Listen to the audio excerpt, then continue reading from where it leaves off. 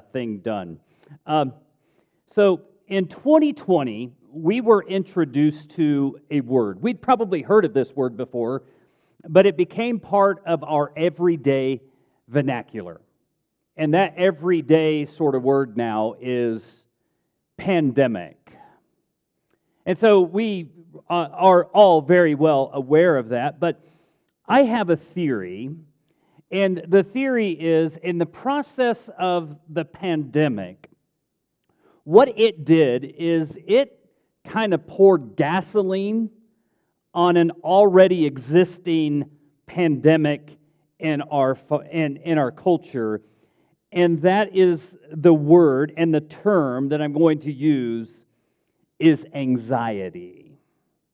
I believe it just, I think anxiety was a real issue, and it compounded the issue even more. I actually think that the long-term effects of COVID, and there are many, but one of the greater ones is going to be the anxiety that has compounded in millions of individuals. I also have another theory, and the theory is that from government to media to social media, they want us anxious. And please understand, I don't think that that's a political statement. I think that's just the cultural narrative that we are in here today, that it behooves those that are in power to have us on edge all the time. In fact, I'll even just think about this. Politicians, and I'm going to say this from both ends of the aisle, but politicians love to create a narrative of chaos and then present themselves as the messiahs to rescue us from said chaos. Now, you probably have very different views on this, and we can disagree and still go to heaven, but I remember growing up in the 1970s. Does anybody remember what the global crisis of the 1970s was? The coming, what? Ice Age. And then it was a hole in the ozone. Y'all remember that one? Then it was global warming. Then it was climate change. Then it is climate crisis. I actually heard this term the other day, an existential crisis to save the planet. And politicians will always present themselves as the Messiah of the chaos that we are experiencing. Now, that's not to say that climate change is real or unreal. It's just what we begin to see. Media presents a narrative of chaos and then keeps us locked into coming back and back and back and back because they're going to reveal a little bit more about that narrative tomorrow. Social media allows every single one of us to create a false narrative of our lives that is perfect and awesome. And everybody else looks at that false narrative that we have of our own lives and says, "What's wrong with mine?" And all this does is just take the anxiety of today, the worry of today, and just piles it on. And as I talk about anxiety here today, I am certain that you're probably saying, "Brandon, if you only knew. If you only knew the anxiety that I feel all the time." And trust me, I get it. But I will say this. Anxiety is nothing new. Anxiety is nothing new. In fact, even in the Bible, 2,000 years ago, when the church was beginning, even Jesus was talking about the issue of anxiety. Paul talked about the issue of anxiety. I think it's even older than that. I actually think that we find anxiety issues even in the Old Testament. In fact, we're going to look at a passage of Scripture here today, and it's Psalm 121. That's page 516 in the Bibles in the seats in front of you. And I just want to kind of give you a picture of where Psalm 121 fits in the narrative of the Psalms. You see, there's different types of Psalms. There are psalms of praise. There are psalms of lament.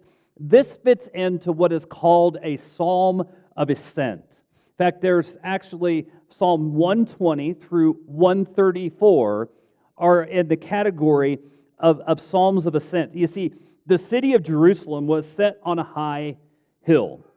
And Jews, especially after the exile and they came back, Jewish people would make a journey to Jerusalem for one of three big feasts every year. And as they would make this journey, they would sing the Psalms of Ascent, that idea of that they're making a journey towards something. Actually, priests, as they would go up the massive steps to the temple, again, oftentimes would use Psalms of Ascent. And actually, in the New Testament church, we've kind of taken Psalms of Ascent to be representative, not the journey to Jerusalem, but the journey through life and into eternity. And so that's what we're going to kind of look at here today as we look at Psalm 121. And I want you to notice verse 1. I lift my eyes to the hills. I'm lifting my eyes to Jerusalem. I have my eyes and gaze and attention and focus set toward that. Now, I lift my eyes to the hills. For the Christian, we are on a journey, and where are our eyes focused? Not on a physical, literal place here on this planet, but we have our gaze and our sights on Jesus and ultimately eternity.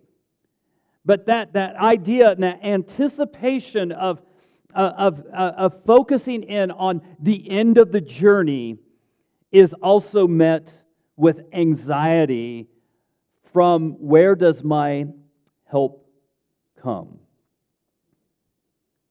You see, there's the excitement and anticipation of getting to Jerusalem,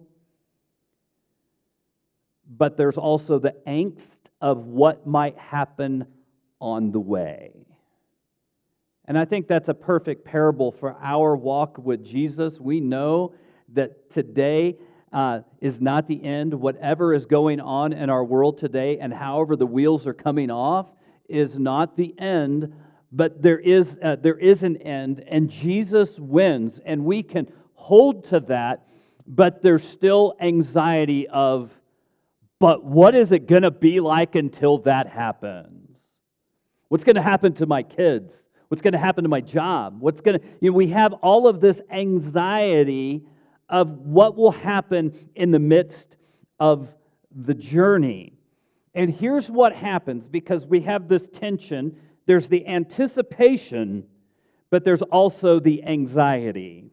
And oftentimes, anxiety tends to overpower anticipation as we journey through life. Anybody feel that? Anybody feel that like it seems like anxiety wins the day? And so he says, where does my help come from? Where do I get help?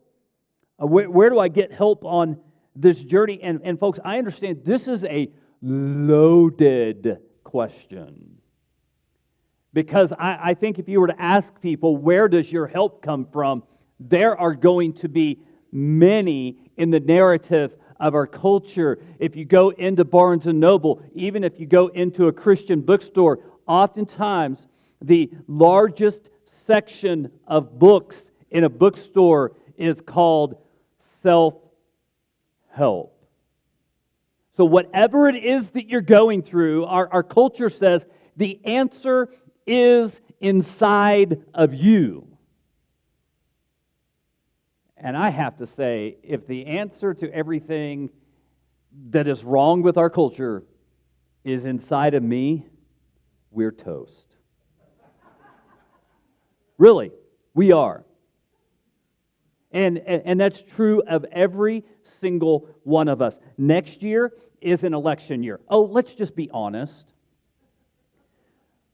In American politics, we've made every year an election year. It never stops.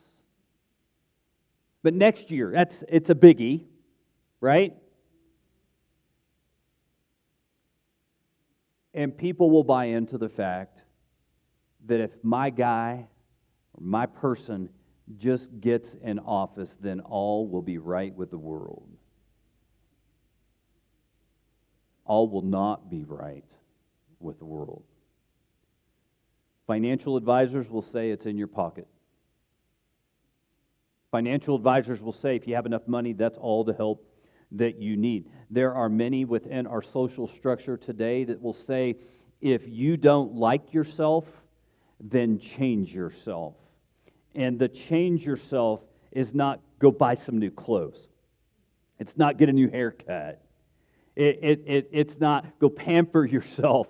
Now it's completely into change your absolute identity. Change everything about yourself. And we are far enough down this at this point in time to say it is not working. Some will seek help in their career, in people, in alcohol, in sex, in pornography, even the good things of marriage and family. But yet they're disappointed. And folks, I think we have to be real honest when we're talking about anxiety, we're talking about worry, we're talking about the soul struggles of life. The answers that the culture that we live in are that they're giving, the answers of marriage, of change yourself, of politics, all these different things, they're anti-biblical, they're anti-gospel, and they are anti-Jesus. In every way, shape, or form, they go against what the Bible tells us that we should put our hope in. So where does our help come from? So the psalmist reasons in verse 2, my help comes from the Lord who made heaven and earth. Now we've kind of established that we look for help everywhere but the Creator of heaven and earth. But he has reasoned that my help comes from the Lord. My help comes from God who is Creator. And we kind of land on that issue of Creator. Now, I read a book many years ago. Many of you may have read this. It's by J.B. Phillips. Your God is Too Small. And I think a lot of us probably need to read and reread that sort of book. And here's where the problem lies. So many times when we think about God, and this is not original with me, but I heard this and it absolutely makes sense.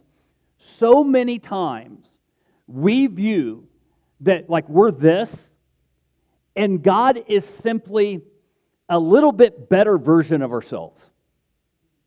Like if we're good, He's a little bit gooder. I know that that's bad at grammar. You know, if we're strong, He's a little bit stronger. You know, if I'm kind, He's a little bit kinder. And so I think one of the reasons why we do not depend upon God, why we do not see that He is our help, is that we see Him, again, as a little bit better than us. But the psalmist says, no, He's not just a little bit better than us. He is Creator of heaven and of earth. And when he says that, He is unlimited in power. He is unlimited in knowledge. He is unlimited in presence. He is better in every single way. I'll never forget, I was in my first ministry, and I was over visiting a widow in the church. And we were talking about the journey of the church. And I think in 40 years before me, they had like 10 ministers. And one of the ministers, his name was Don Vespremi. And actually, the Vespremi kids were in my youth group. You see, Don, while he was serving as pastor of the church, passed away. In fact, she said, I've got a cassette tape if you'd like to hear his last sermon. And if you don't know what a cassette tape is, ask your parents. And it's still in my office. You see, Don had heart problems. He had massive heart problems. And his heart problems were such that they were genetic and that no male lived past the age of 50. So he was preaching a sermon on Sunday and leaving for Houston the very next day to go have heart surgery where he knew he would probably die on the table. And one of the questions that he brought up as he was sharing with the church for the very last time is that people kept asking him, like, so you've got heart problems. We've got heart surgeons in Abilene. Abilene's a pretty good-sized town. We've got heart surgeons here. Why are you going to Houston?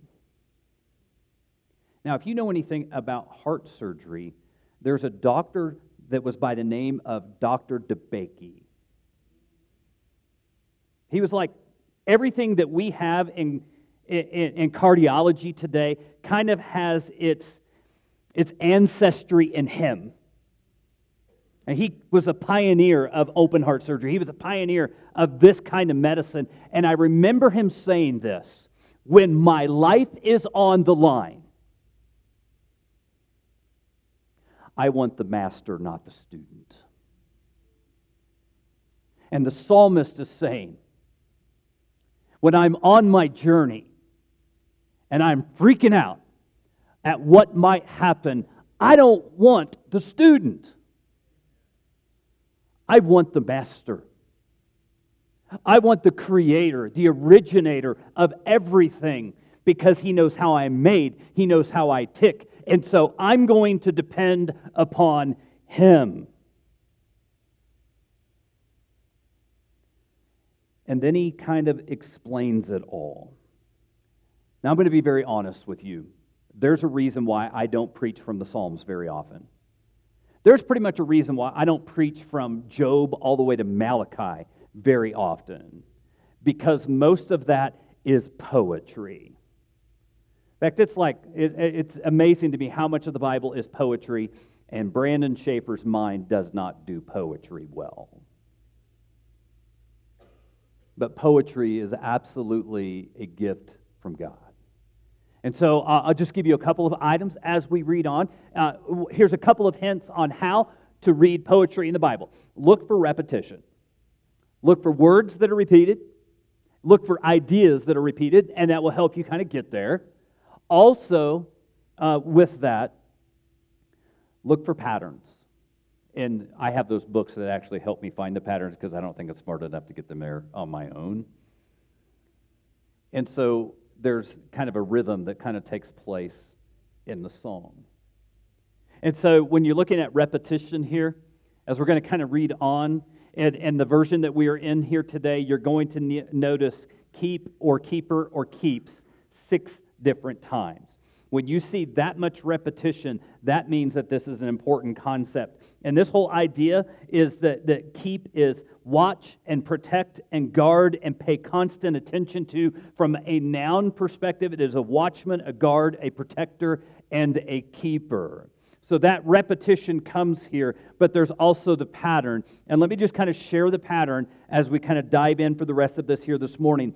The pattern is assurance of what God will do, the actions of what God will or will not do, and then after that, there's kind of like this implication, kind of like the unspoken, that we are to pull from the assurance and the action. So let's go ahead and look at this pattern here today and understand what the psalmist understands about God as creator. He says this in verses 3 and 4, "He will not let your foot be moved, and he who keeps you will not slumber." There's again that keep. "Behold, he who keeps Israel will neither slumber nor sleep." So let's just go ahead and look at the assurance here.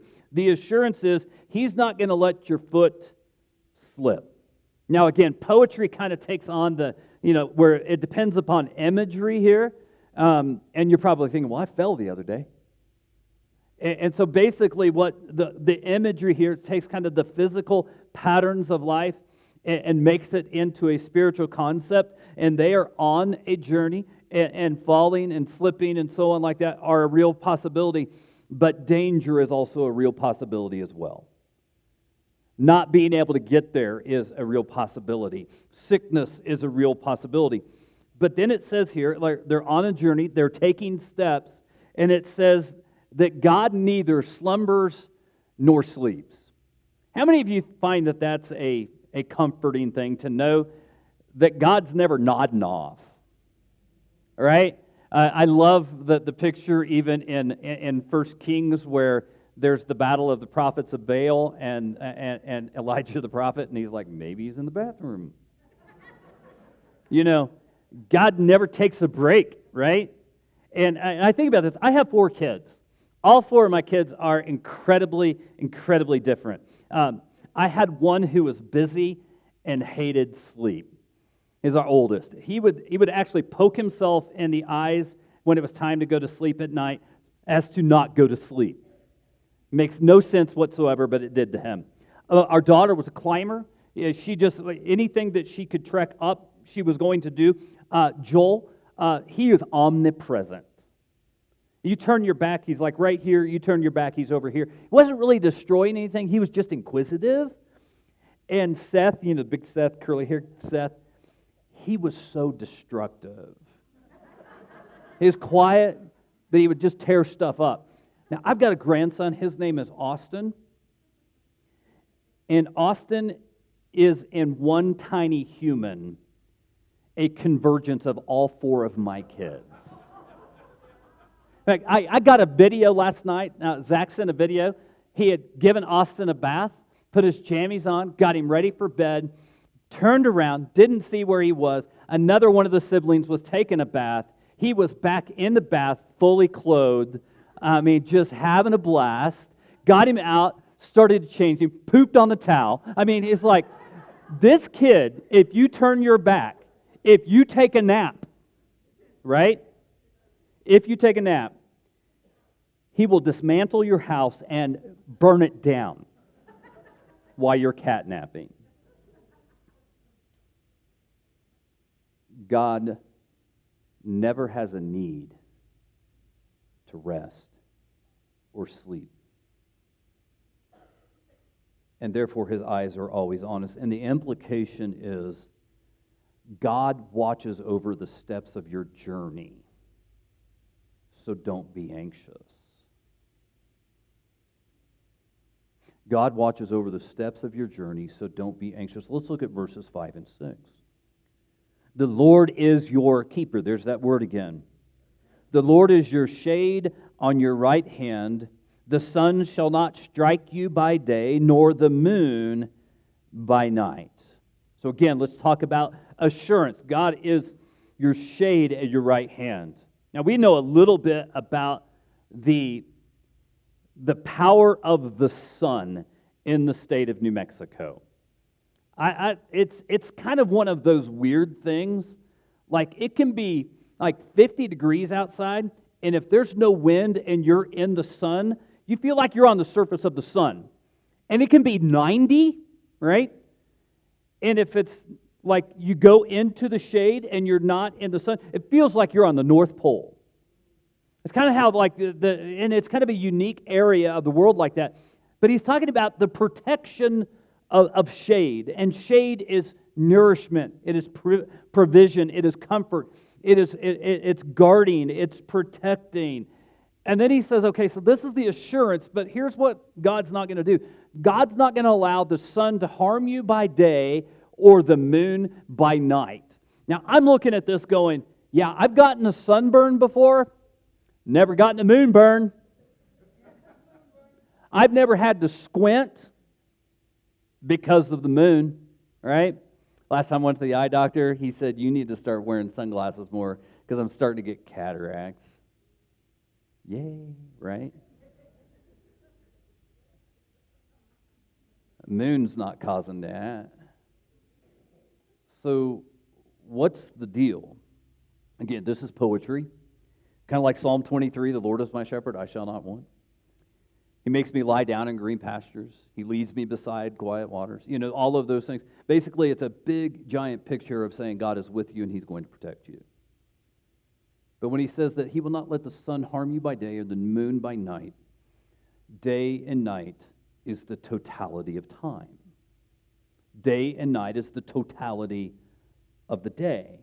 And so the implication is God is with you in the totality of time that you have here on this earth. Again, he doesn't slumber, so he's never like out to lunch. He's never taking a nap. He is constantly with you on your journey in the totality of time that we exist here on this planet. There's another picture here. But again, that implication is if he's with us in our time and on our steps or in our steps, we don't have to be anxious. Let's look at verses 7 and 8. The Lord will keep you from all evil. He will keep your life. The Lord will keep your going out and your coming in from this time forth and forevermore. Now, if I mark in my Bible, I'm going to underline verse 8. The Lord will keep your going out and coming in from this time forth and forevermore. This is eternity. So the assurance here is God will keep watch over your life.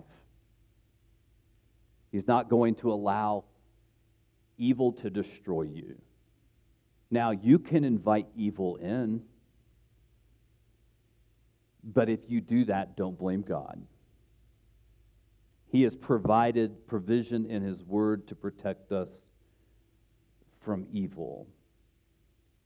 But I think there's something pretty cool here. I want you to think the steps you take in the time that you have. And as it says in verse 8, you're going out and you're coming in, both now and forevermore. The going out and coming in, this is a big, giant, poetic way of saying in the steps you take, in the time that you have, in the space that you exist and fill on this planet, God is your keeper. He's your protector. He's your guide. He's your comforter. Both now and forevermore. Huge implication. And I think there's a huge implication for the church in a world where the wheels are coming off. Do you ever feel like they kind of are? Do you ever feel like you just kind of look around and I love the meme where the person's kind of squinting and it says, trying to figure out what page in the book of Revelation we're in today. I don't think we're there yet, but it just seems like things are crazy. For those of you who have watched the Hunger Games, sometimes I say, I just feel like we're living in the Hunger Games. It's just crazy right now. But there's a comfort. There's a comfort here that God will keep us through the journey of life. The steps we take, the time that we have here, the space that we fill until eternity, and then He's going to keep doing it. It's not like that we're going to breathe our last breath or the trumpet is going to sound and we're going to be taken up and all of a sudden God says, okay, I'm done now. He will keep us both now and forevermore. And so, again, we're on a journey here. And it really, really kind of comes down to this right here. There's this whole idea, again, of anxiety and anticipation. And so many times, I don't know about you, I can say this about me. Anxiety wins the day. Worrying about my kids wins the day. Seeing everything that happens in the world wins the day. Looking at the stock market depends on the day. But the fact that we have to worry about this means that anxiety wins the day. But the psalmist says, not because of who we are, but because of who God is. Listen, this is how it needs to go out. Because God is a constant source of help. He's our watchman. He's our guard. He's our protector, our comforter. Anticipation of eternity must overpower anxiety. That's our bottom line. That whatever is going on right here, right now in our world,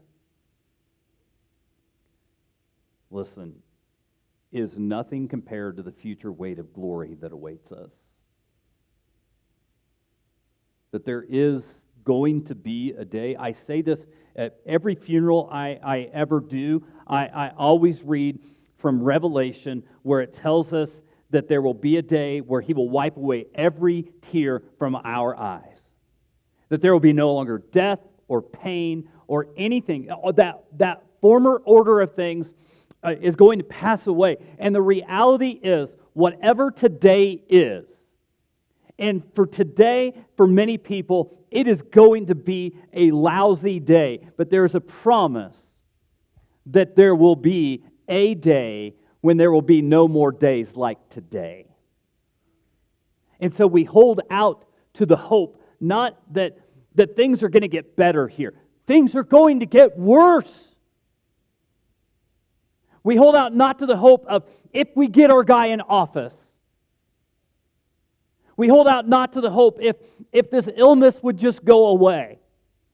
We hold out to the hope not that my 401k will just outperform everyone else's. We hold out to the hope that Jesus is coming again.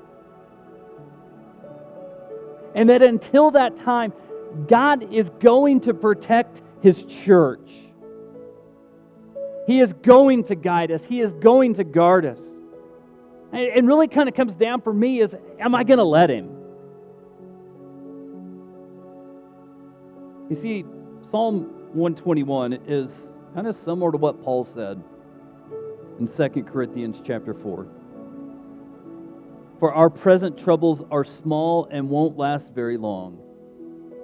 Yet they produce for us a glory that vastly outweighs them and will last forever. So we don't look at the troubles we can see now. Rather, we fix our gaze on the things that cannot be seen. For the things we see now will soon be gone, but the things we cannot see will last forever. I mean, Paul is very practical here. Just basically said, listen, God, what He's taking you through right now, the journey that you are on, whether you know it or not, He is preparing you for eternity.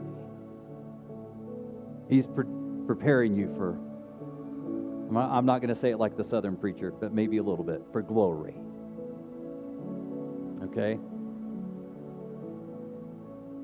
So let's get practical. I want to read out of Philippians chapter 4, verses 6 through 8. Don't worry about anything, instead pray about everything. Tell God what you need and thank Him for all He has done. Then you will experience God's peace, which exceeds anything we can understand. His peace will guard your hearts and your minds as you live in Christ Jesus. And now, dear brothers and sisters, one final thing. Fix your thoughts on what is true and honorable and right and pure and lovely and admirable.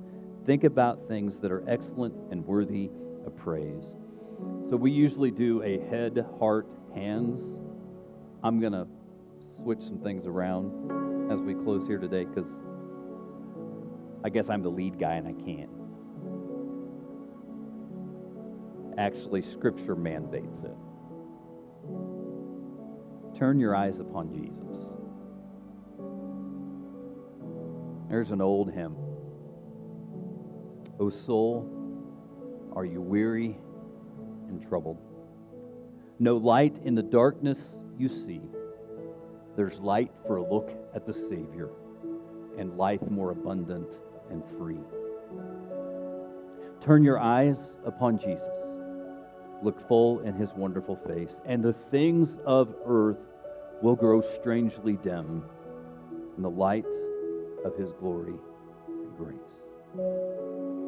Also, start retraining your mind to think differently. Science has proven that there are like neural pathways that we just kind of get in ruts and not how we think. And we're going to have to be very intentional about how to change those pathways. So think about those things that are worthy of praise. Think about those things that are admirable, and praiseworthy, and good that we have all around us. And then finally, I'm going to invite you to do this. And I know this is going to be one of the more difficult things. Unplug and be still. I did something this week. I took an app off my phone that occupies too much of my time. Anybody know what it is? Facebook. Found myself just grabbing my phone like all the time. I'm like, it's not there.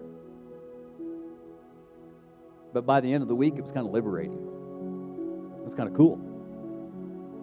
So I'm just going to encourage you, maybe in a small way, unplug and take that time to be still this week.